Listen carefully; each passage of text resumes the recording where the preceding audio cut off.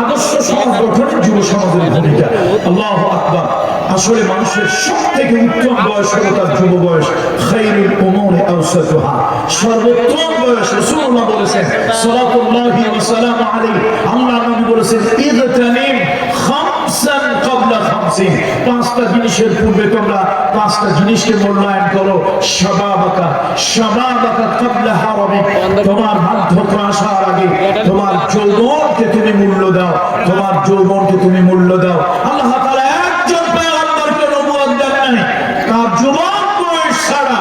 শুধু তাই নয়, গত বছর আমি জর্ডানে গিয়েছিলাম। জর্ডানের আপনার বাইতুল মুকাদ্দাস থেকে অ্যাপ্রক্সিমেটলি 25-30 কিলোমিটার কাছাকাছি সেখানে একজন পয়গম্বরের কবর আছে। আল্লাহু আকবার। এই যুবককে আল্লাহ তাআলা এমন ভালোবেসেছিলেন, এই যুবককে আল্লাহ তাআলা এমন ভালোবেসেছিলেন, পৃথিবীতে সময় এবং সূর্য, সময় এবং সূর্য পৃথিবীর কোন মানুষের জন্য এক সেকেন্ড দাঁড়ায়নি।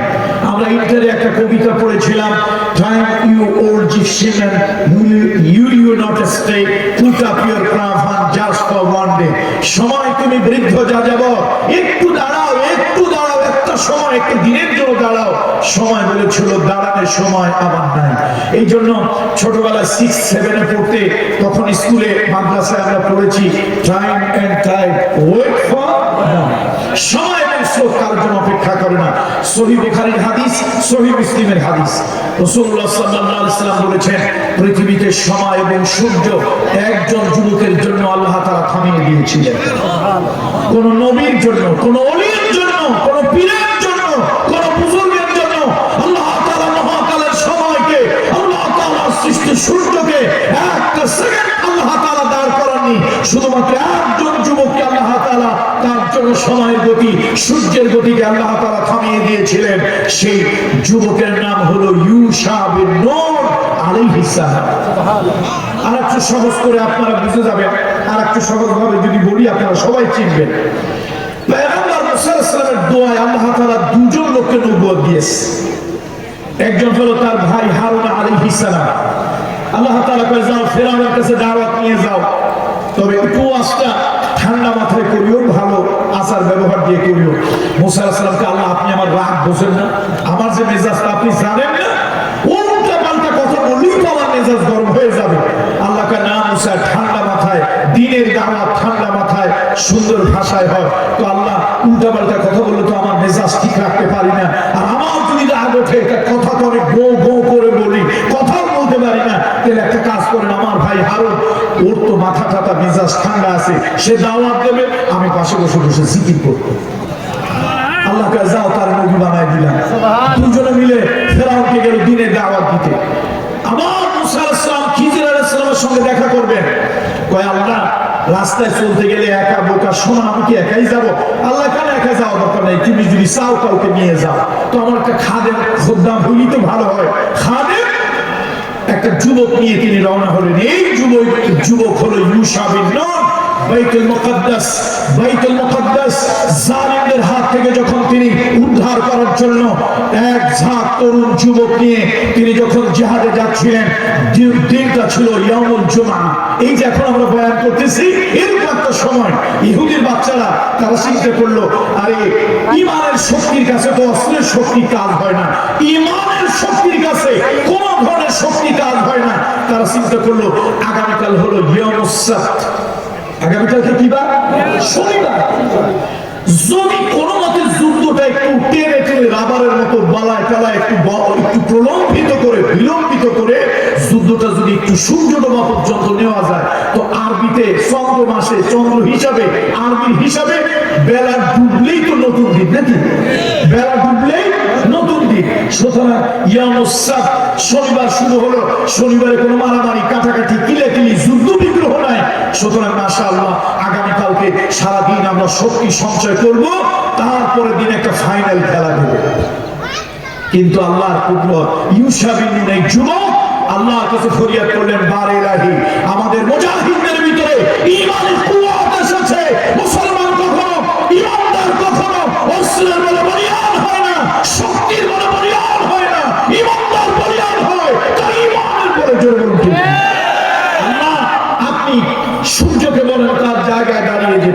সময়ের গতিকে স্তব্ধ করে দেন।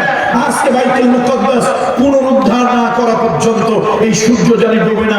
রাসূলুল্লাহ সাল্লাল্লাহু আলাইহি ওয়াসাল্লাম বলেছেন, সহিহ বুখারী এবং সহিহ মুসলিমে হাদিস এসেছে, আল্লাহর নবী বলেছেন, এই সূর্য কখনো কারোর জন্য অপেক্ষা করে নাই একমাত্র ইউশা বিন নুন ছাড়া। আল্লাহু আকবার।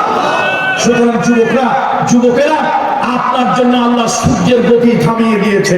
ও যুবক, একটা আদর্শ সমাজ যদি গঠন করতে চাই, তোমাদেরই দরকার, তোমাদেরকেই দরকার। যুব সমাজ দরকার। সব ভালো কাজে যুবক, মন্দ কাজেও যুবক, সুকামেও যুবক, অকামেও যুবক। কথা ঠিক কিনা? আমার বন্ধুরা,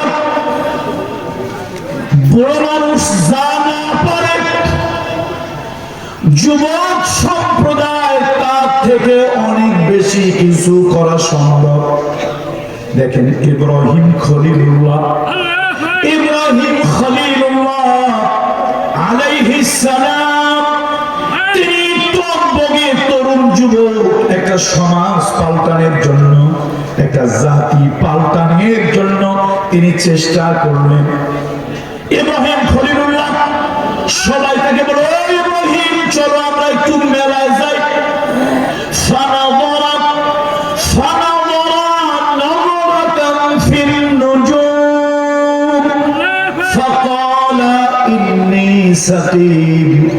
আমি তো অসুস্থ। যুবক তরুণ মানুষ নিজে সুস্থ, কিন্তু তিনি নিজেকে বললেন অসুস্থ। আমাদের কাছে মনে হয় পয়গম্বর মনে হয় যেন অসত্য কথা বলেছেন।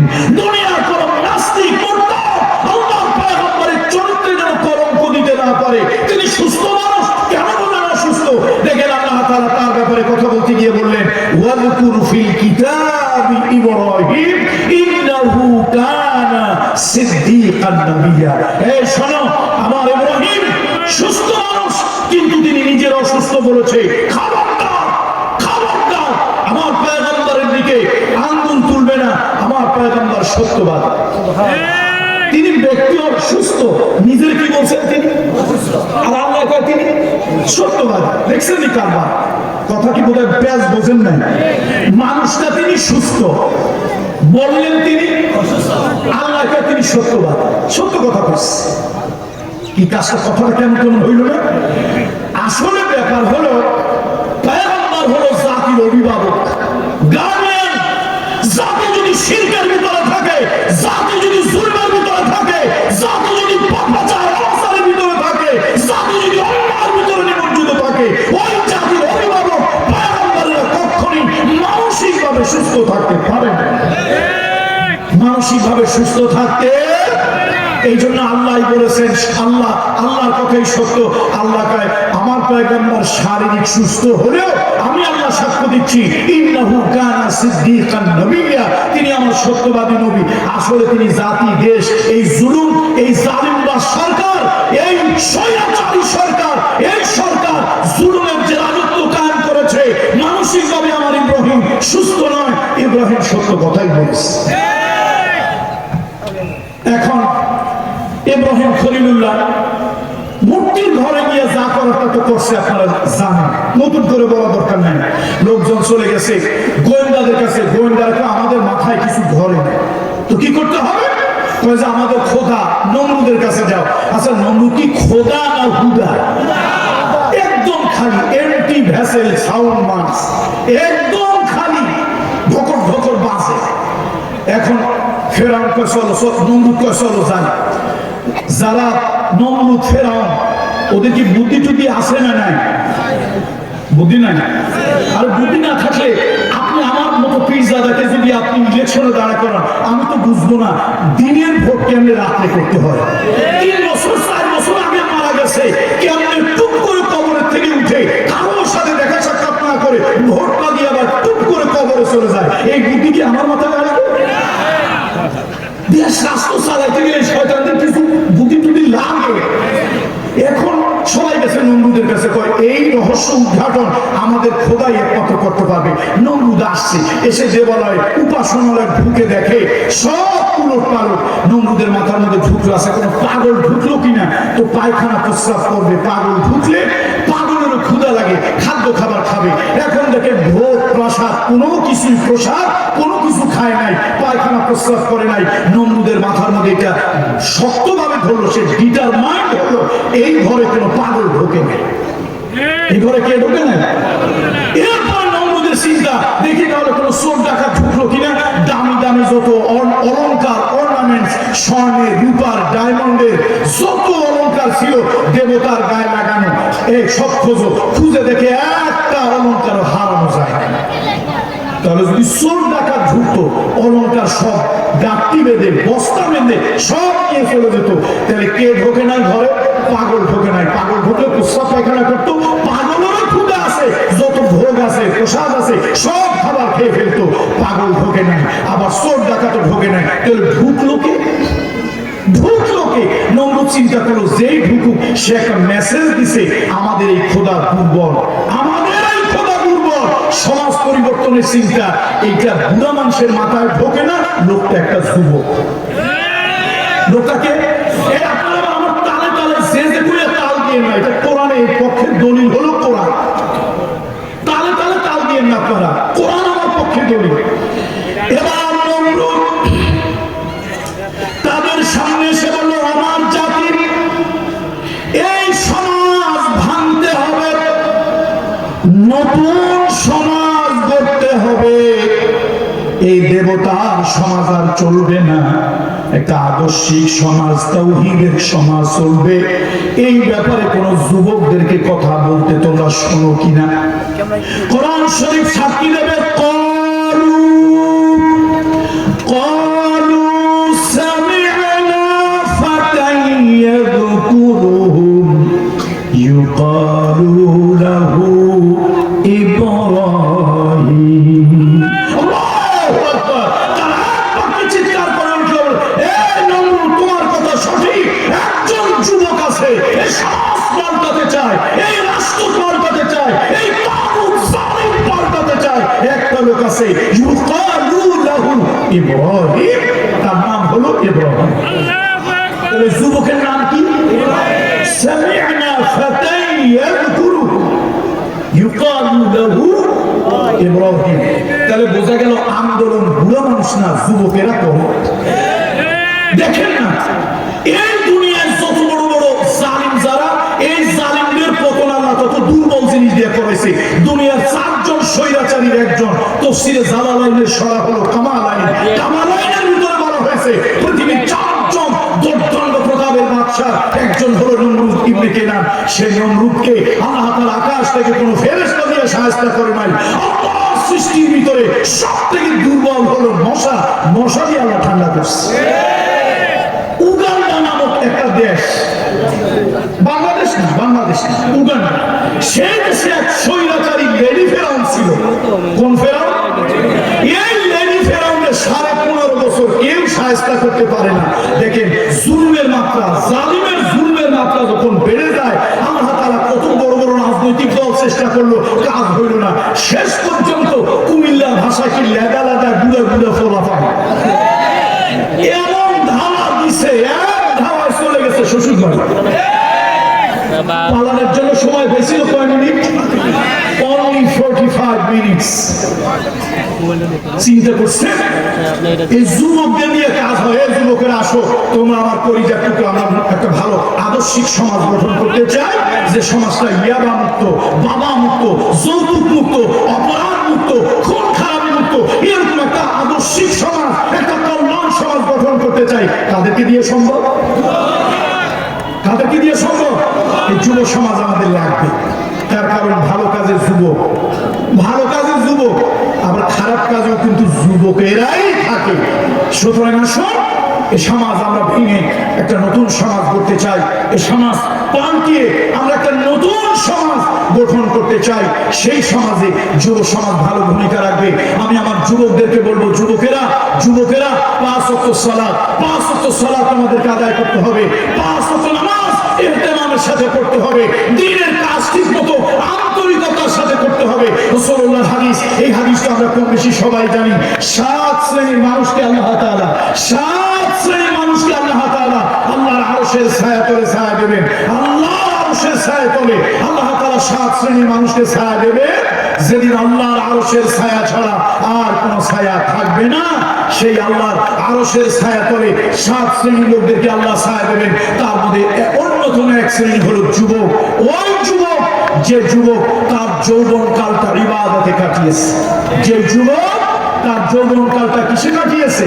এবার ইমাম গাজ্জালী রাহমাতুল্লাহ আলাইহি, ইমাম গাজ্জালী রাহমাতুল্লাহ আলাইহি তার একটা বর্ণনা রেসালার ভিতরে দেখেছি 40 জন বুড়ো মানুষ, 40 জন বৃদ্ধ মানুষ যদি এক জায়গায় একত্রিত হয়ে আল্লাহ আল্লাহ আল্লাহ বলে যদি ডাকে, আল্লাহ আল্লাহ আল্লাহ বলে যদি ডাকে, 40 জন বুড়ো মানুষ তাদের ডাকে আল্লাহ তাআলা যত আগে সাড়া দেয়।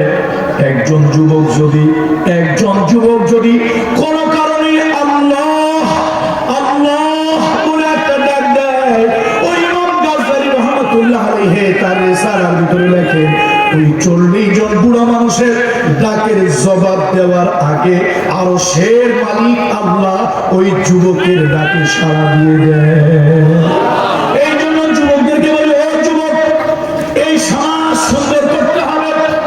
এই সমাজের যৌতুক একটা অভিশাপ মুক্ত সমাজ যদি গঠন করতে চাই, যুবকদেরকে ভূমিকা রাখতে হবে। এই সমাজের ভিতরে মাদক একটা অভিশাপ, মাদক একটা অভিশাপ। ওই মাদক মুক্ত সমাজ যদি আমরা গঠন করতে চাই, তাহলে যুবকদেরকে ভূমিকা রাখতে হবে। এই সমাজটা হলো অন্যায়, সন্ত্রাস, জুলুম, চাঁদাবাজি, অন্যায়, সন্ত্রাস, জুলুম, চাঁদাবাজি, এই অন্যায়, সন্ত্রাস, জুলুম, চাঁদাবাজি এর থেকে যদি সমাজকে মুক্ত করে একটা আদর্শিক সমাজ, একটা কল্যাণময় সমাজ, একটা ওয়েলফেয়ার সোসাইটি, কল্যাণময় সমাজ যদি আমরা গঠন করতে চাই, তাহলে যুব সমাজের বিকল্প আর কোন শক্তি নাই।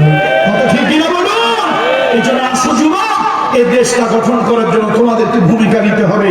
ও যুবক, 1947 সাল, 1952 সাল, 1971 সাল এবং 1990, এরপরে 2024-এর 36 জুলাই, 2024-এর 36 জুলাই এ জাতির যতগুলি প্রেক্ষাপট পরিবর্তন হয়েছে, একটা প্রেক্ষাপটে যুব সমাজের ভূমিকা ছাড়া পরিবর্তন হয় না। সুতরাং যুব সমাজকে আমরা বলবো, একটা আদর্শিক সমাজ আমরা চাই, একটা কল্যাণময় সমাজ চাই, যে সমাজে মুরব্বীদের সম্মান থাকবে, ছোটদের স্নেহ থাকবে, যে সমাজে চুরি থাকবে না, ডাকাতি থাকবে না, রাহাজানি থাকবে না, ধর্ষণ থাকবে না, যৌতুক থাকবে না, মা বাপের সম্মান থাকবে, মুরব্বীদের ইজ্জত থাকবে, খাদ্যে ভেজাল থাকবে না, ওজনে কম দেওয়া হবে না, অন্যায় অবিচার হবে না, আর টাকা চুরি করে বিদেশে পাচার হবে না। এই যে সব কিছু মুক্ত একটি সুন্দর পরিচ্ছন্ন আদর্শ সমাজ আমরা যদি চাই, যুব সমাজের কোনো বিকল্প নাই, যুব সমাজের কোনো বিকল্প নাই। মুহাম্মদ রাসূলুল্লাহ সাল্লাল্লাহু আলাইহি ওয়াসাল্লাম বলেছিলেন, আল্লাহর হাবিব রহমতের নবী বলেছিলেন, আমি যখন দ্বীনের দাওয়াত নিয়ে এসেছি, এই যুব সমাজ আমার উপকার করেছে, আর সব থেকে বেশি বিরোধিতা করেছে, আমাকে কষ্ট দিয়েছে এই বুড়ো মানুষ। রাগ করে না বুড়োরা, বুড়োরা রাগ করে না। রহমতের নবী বলেছেন, আল্লাহর হাবিব বলেছেন, আমি যখন তাওহীদের দাওয়াত নিয়ে এসেছি, একটা নতুন রিভলিউশন, আমি যখন বিপ্লব, তাওহীদের একটা বিপ্লবী দাওয়াত নিয়ে আমি যখন আসলাম, আমাকে সাহায্য সহযোগিতা বেশি যুবকেরা করেছে, আর সব থেকে বেশি বিরোধিতা এই বুড়ো সমাজের বুড়ো মানুষগুলো করেছে। কেন? তাদের মাথার মধ্যে একবার মাইন্ড সেটআপ হয়ে গেছে, এই লাত, মানাত, উজ্জা, হুবুল, এই দেবতা ছাড়া নাজাত পাওয়ার রাস্তা নাই। এই জন্য বুড়ো মানুষগুলো নবীজির বিরোধিতা করেছে। আজকের যুগেও বুড়া মানুষেরা চিন্তা করে ধর্ম নিরপেক্ষ মতবাদ, জাতীয়তাবাদের মতো মতবাদ, সমাজতন্ত্রের মতো মতবাদ, কমিউনিজমের মতো মতবাদ এই জাতির শান্তি এনে দিতে পারে, এই নেতা ওই নেতা জাতির শান্তি এনে দিতে পারে। অনেক যুবক রিয়ালাইজ করতে পেরেছে, বুঝতে পেরেছে, দুনিয়ার কোনো দার্শনিক, দুনিয়ার কোনো বৈজ্ঞানিক, দুনিয়ার কোনো ব্যক্তি কোন ধরনের কথা দিয়ে এ সমাজ আদর্শিক সমাজ হবে না, এ জাতির পরিবর্তন হবে না, এ জাতির পরিবর্তন হবে ইসলাম দিয়ে।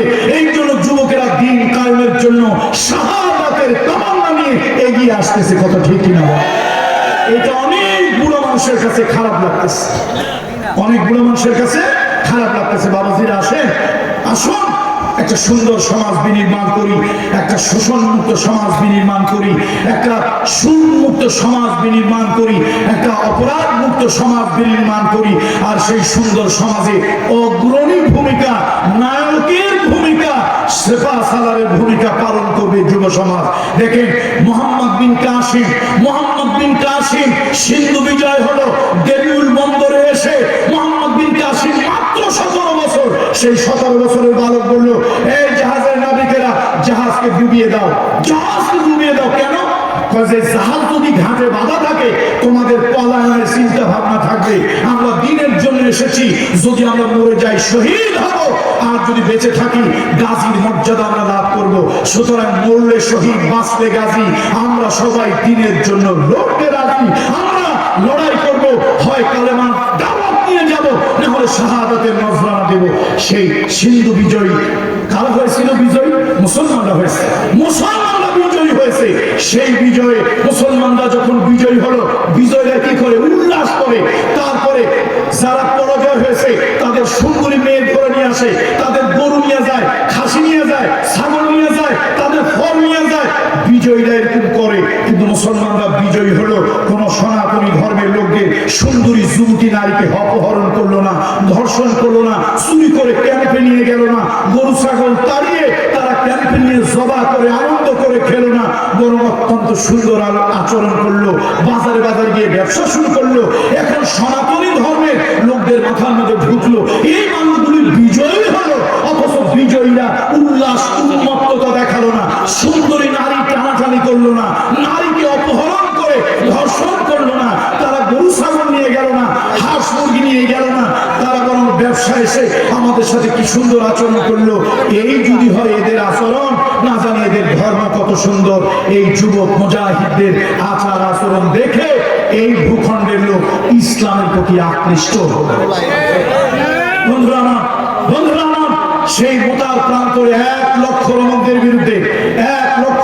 বিরুদ্ধে যে লড়াই হয়েছিল, সেই লড়াই আমরা দেখেছি। আল্লাহ সেই ময়দানে আমি গিয়েছিলাম, যেখানে হযরত যায়েদ বিন হারেসা, জাফর বিন আবি তালেব দুজনের কবর পাশাপাশি এক জায়গায়, এর থেকে আধা কিলোমিটারের বেশি, 1 কিলোমিটারের কম এমন জায়গায় হযরত আব্দুল্লাহ বিন রাওয়াহা, তার মতো একজন তরুণ যুবক, যে ছিলেন স্বভাব কবি, চালান কবি, পল্লী কবি, ইন্তেকালের আগে, শাহাদাতের আগে তিনি কবিতা পাঠ করে হাসি মুখে মৃত্যুকে আলিঙ্গন করেছিলেন। পৃথিবীতে আমরা মুসলমান সেই জাতি, আমাদের যুবক সামনে মৃত্যু জেনেও মৃত্যুকে হাসি মুখে আলিঙ্গন করে মৃত্যুকে তারা গ্রহণ করে নিয়েছিল। আজকে সেই যুবকদেরকে আমি চাই, সেই যুবকদেরকে আবার ময়দানে চাই, যাদের দ্বারা সমাজ, এই দেশ, জাতির পরিবর্তন হবে। সময় স্বল্পতার কারণে আসলে আমার কণ্ঠ দিয়ে কথা বের হচ্ছে না, একদম শুকনা কণ্ঠ। যা হোক, তারপরও কিছু কথা আল্লাহ তাআলা আমাকে দিয়ে বলালেন। আমার পরে আমার যারা কথা বলবেন প্রত্যেকেই আমার অত্যন্ত শ্রদ্ধার হযরত মাওলানা আল্লামা তারিক আনোয়ার সাহেব, শায়েখ মুফতি কাজী ইব্রাহিম সাহেব এবং ডক্টর আবুল কালাম আজাদ বশর, সকলে আমার অত্যন্ত শ্রদ্ধার ভালোবাসার সম্মানের ধারাবাহিকভাবে প্রত্যেকেই তারা কথা বলবেন। আমার লক্ষ্মীপুরের প্রোগ্রাম, যে আমি সেখানে একটি প্রোগ্রামের শেষের সমাপনী, 3 দিনের সমাপনী শেষ বক্তৃতা এবং মোনাজাতের জন্য যাব। তো আমার গুলামী ভাই, এই গুলামী ভাইয়ের সাথে আমার হৃদয়ের সম্পর্ক, আত্মার সম্পর্ক। বেচারা বারবার বলেছেন সময় নেই, তারপরও আমি একটু সময় দিতে পারলাম, এটা আমার জন্য